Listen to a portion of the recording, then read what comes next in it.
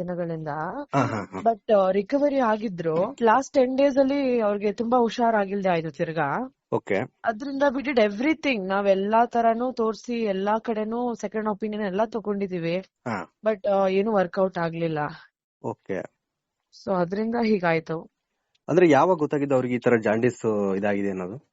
ತುಂಬಾ ತಿಂಗಳಿಂದಾನೇ ಹುಷಾರಿಲ್ದೆ ಇದ್ರು ಸರ್ ಅವರು. ನಾವು ಜೊತೆಲೆ ಹಾಸ್ಪಿಟಲ್ಗೆ ಎಲ್ಲಾ ಕಡೆ ತೋರಿಸ್ತಾ ಇದ್ವಿ, ಬರ್ತಾ ಇದ್ರು. ಮನೇಲಿ ಸ್ವಲ್ಪ ದಿನ ರೆಸ್ಟ್ ತಗೊಳ್ತಾ ತಿರ್ಗಾ ಹೋಗಿ ಅಡ್ಮಿಟ್ ಆಗ್ತಾ ಇದ್ರು. ಓಕೆ. ಬಟ್ ಲಾಸ್ಟ್ 10 days ಅಲ್ಲಿ ತುಂಬಾ ಹುಷಾರ್ ತಪ್ಪಿಬಿಟ್ರು. ಅದು 5 days ಅಲ್ಲಿ ಅಂತೂ ತುಂಬಾನೇ ಅವ್ರಿಗೆ ಆಗ್ಲಿಲ್ಲ ಬಿಡಿ.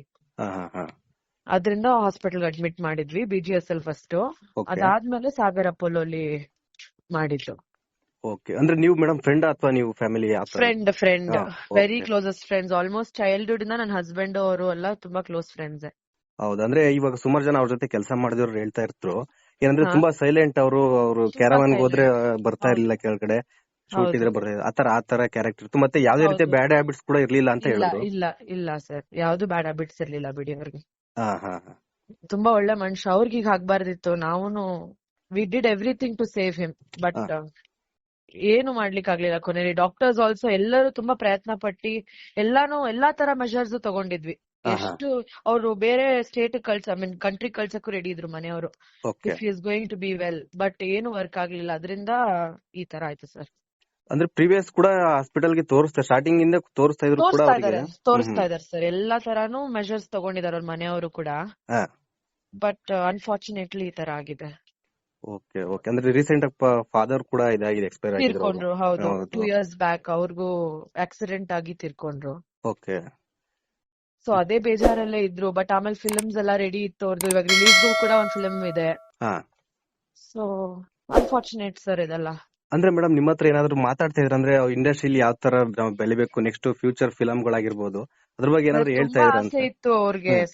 ಒಳ್ಳೆ ಸಿನಿಮಾ ತೆಗಿಬೇಕು, ಒಳ್ಳೇದ್ ಮಾಡ್ಬೇಕು ಇಂಡಸ್ಟ್ರಿಗೆ ಅಂತ. But it was not in his hands ಅನ್ಬೋದಲ್ವಾ.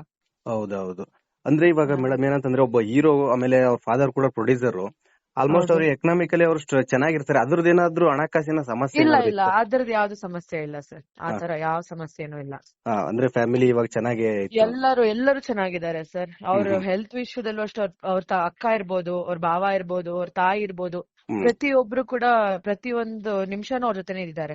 Okay. So yeah.